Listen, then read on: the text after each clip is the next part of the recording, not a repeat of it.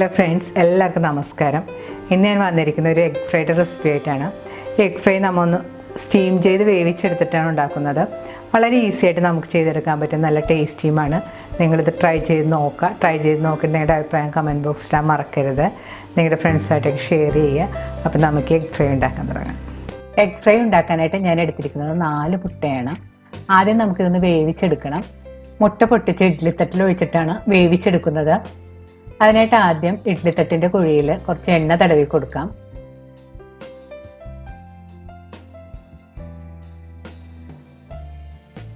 ഇനി എണ്ണ തടവി വെച്ചിരിക്കുന്ന ഇഡ്ഡലിത്തട്ടിലേക്ക് മുട്ട പൊട്ടിച്ചൊഴിച്ചു കൊടുക്കാം. മുട്ട വേവിക്കാനായിട്ട് ഇഡ്ഡലിത്തട്ട് ഉപയോഗിക്കുമ്പോഴത്തേക്കും ഒന്ന് ശ്രദ്ധിക്കേണ്ടത്, കുറച്ച് കുഴിയുള്ള ഇഡ്ഡലിത്തട്ട് ഉപയോഗിക്കുന്നതാണ് നല്ലത്.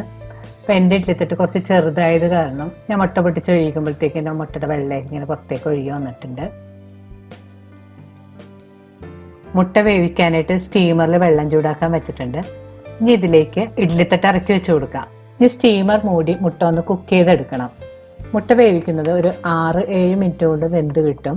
കൂടുതൽ സമയം മുട്ട വേവിക്കരുത്. കൂടുതൽ സമയം വേവിച്ചിട്ടുണ്ടെങ്കിൽ മുട്ട ഹാർഡായി റബ്ബർ പോലെ പോവും. ഇപ്പോൾ അത്ര ടേസ്റ്റ് കാണില്ല. അതുകൊണ്ട് ഒരു 6-7 മിനിറ്റ് കഴിയുമ്പോഴത്തേക്കും സ്റ്റവ് ഓഫ് ചെയ്യണം. മുട്ട വറുക്കാനായിട്ട് ഒരു മസാല റെഡിയാക്കണം. അതിനായിട്ടൊരു പ്ലേറ്റിലേക്ക് 1 ടീസ്പൂൺ മുളക് പൊടി, 1/2 ടീസ്പൂൺ കുരുമുളക് പൊടി, 1/4 ടീസ്പൂൺ ഗരം മസാലപ്പൊടി, ആവശ്യത്തിന് ഉപ്പുപൊടിയും 1 നുള്ളു മഞ്ഞൾപ്പൊടിയും കൂടി ചേർത്ത് കൊടുക്കണം. മഞ്ഞൾപ്പൊടി ചേർക്കുന്ന ഭാഗം വീഡിയോയിൽ വന്നിട്ടില്ല, അത് പ്രത്യേകം ശ്രദ്ധിച്ച് നിങ്ങൾ 1 നുള്ളു മഞ്ഞൾപ്പൊടിയും കൂടി ചേർത്ത് കൊടുക്കണം. ഇനി ഇതിലേക്ക് കുറച്ച് വെള്ളവും കൂടി ചേർത്ത് നന്നായിട്ട് മിക്സ് ചെയ്തെടുക്കാം.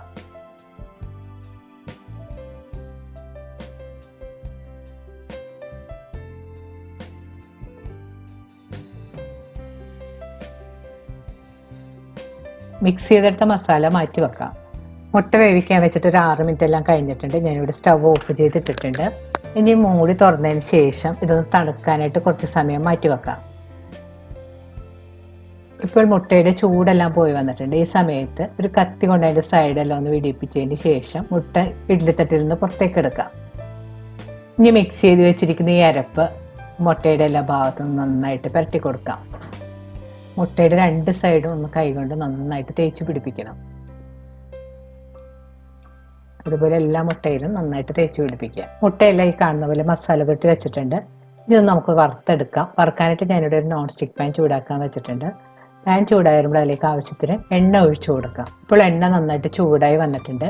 ഇനി ഇതിലേക്ക് മസാല പുരട്ടി വെച്ചിരിക്കുന്ന മുട്ട വെച്ച് ഇട്ട് കൊടുക്കാം.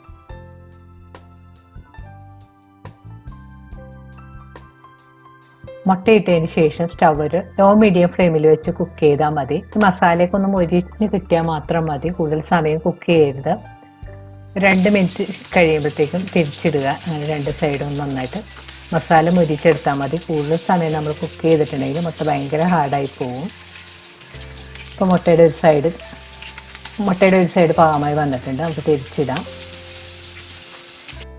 ഇപ്പോൾ മുട്ടയുടെ 2 സൈഡിലും മസാല മൂത്ത് വന്നിട്ടുണ്ട്. ഈ സമയത്ത് കുറച്ച് കറിവേപ്പിലും കൂടെ നമുക്ക് അതിലേക്ക് തൂവി കൊടുക്കാം. ഇതുപോലെ എഗ് ഫ്രൈ ചെയ്യുമ്പോഴത്തേക്കും പ്രത്യേകം ശ്രദ്ധിക്കേണ്ടത്, ഓവർ കുക്ക് ആകരുത്. പുറത്തുള്ള മസാലകളൊക്കെ ഒന്ന് മൂത്ത് വരുന്ന സമയത്ത് നമ്മൾ സ്റ്റവ് ഓഫ് ചെയ്യണം. കൂടുതൽ കുക്കായിട്ടുണ്ടെങ്കിൽ ഇത് റബ്ബർ പോലെ ആവും, നല്ല ടേസ്റ്റ് ഉണ്ടാവില്ല. അത് പ്രത്യേകം ശ്രദ്ധിക്കണം. ഇപ്പോൾ നമ്മുടെ എഗ് ഫ്രൈ റെഡി ആയി കഴിഞ്ഞാൽ നമുക്ക് ചോറിൻ്റെ കൂടെ ആണെങ്കിലും ചപ്പാത്തിയുടെ കൂടെ ആണെങ്കിലും നല്ല കോമ്പിനേഷൻ.